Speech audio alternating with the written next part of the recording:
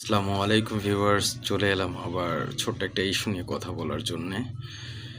সেটা হচ্ছে যে সাম্প্রতি পিনাকি দাদা তার ইউটিউব চ্যানেলে প্রকাশিত একটি সংবাদের মাধ্যমে তিনি প্রকাশ করেছেন যে সিম্পলি কয়েকটা ইস্যু, যেগুলো যদি এনসিপি, জামাত, বিএনপি এই ইস্যুগুলোর প্রতি একমত হয় তাহলে একটা সুন্দর স্বপ্নের বাংলাদেশ বিনির্মাণ করা সম্ভব।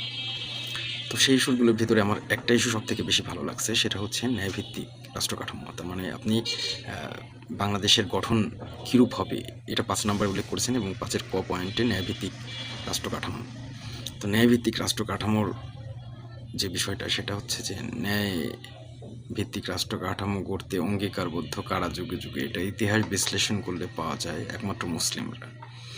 কারণ আল্লাহ সূরা মাঈদাতে বলেছেন 8 নম্বর আয়াতে আল্লাহ তাআলা ইরশাদ করেছেন, হে মুমিনগণ, তোমরা ন্যায় সাক্ষ্যদানের প্রতি অবিচল থাকো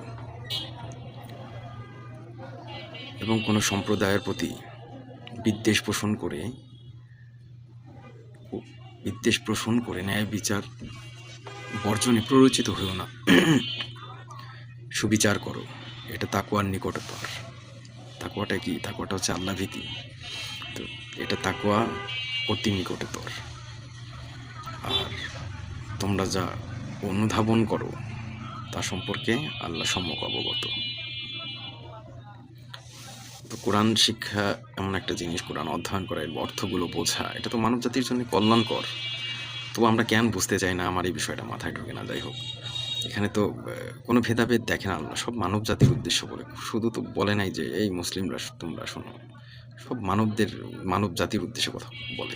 তো আপনি মানব হইলে তো এই বিষয়গুলো তো মানা উচিত। যাই হোক, মানে দ্বিমত থাকা যাবে না।